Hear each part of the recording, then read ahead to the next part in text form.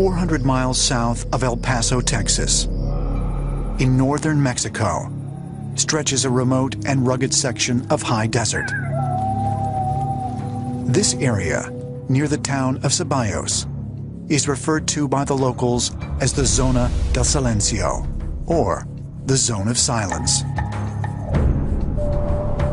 It's an epicenter for some of the strangest phenomena ever experienced on Earth.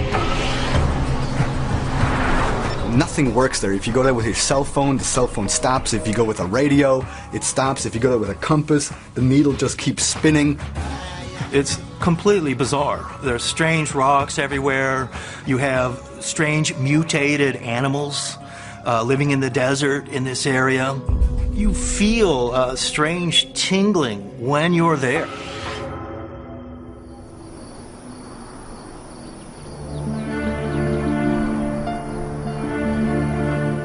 The Zone of Silence was first identified in the 1930s by Francisco Sarabia, a Mexican pilot who claimed that his radio had mysteriously failed to function while flying over the area. They call it Mexico's Bermuda Triangle. It's located practically on the same parallel, 28th and 26th parallel.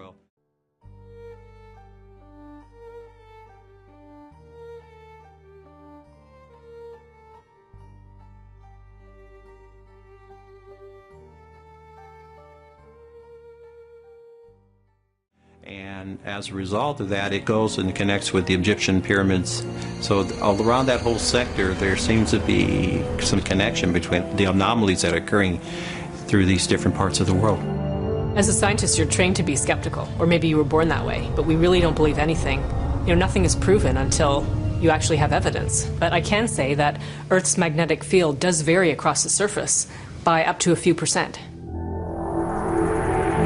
One of the strangest cases involving the Zone of Silence took place on July 11th, 1970, when the U.S. Air Force launched an Athena missile from its military facility in Green River, Utah.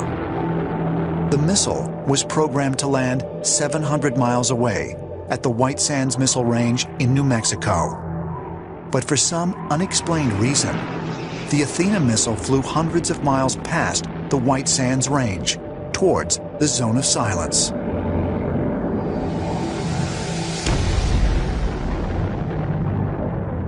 Not only did it go off course, it way overshot, as if it had been picked up or yanked or dragged or pulled into it.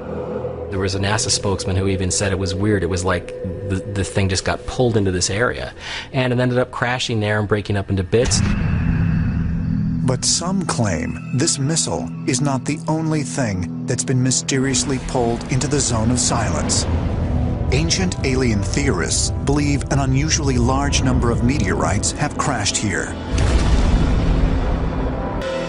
There's a high level of magnetism in the area. That's been proven by science. We know there's a magnetic signature to the entire area. Is it strong enough to attract large objects like meteorites? I think we need more research, but I don't think that research is being done right now. I think, too, that as what's going on today, the high activity UFO sightings, the anomalous reports that are still going on today, perhaps there is a connection. Maybe it's a vortex, maybe it's a dimensional port. We can't explain it, but something unusual is going on in that area. Might extraterrestrials be able to detect these magnetic differences? And would they have been of any use to ancient visitors?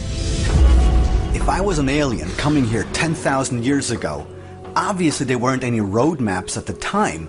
However, I could use the anomalous magnetic spots on planet Earth as signposts of sorts.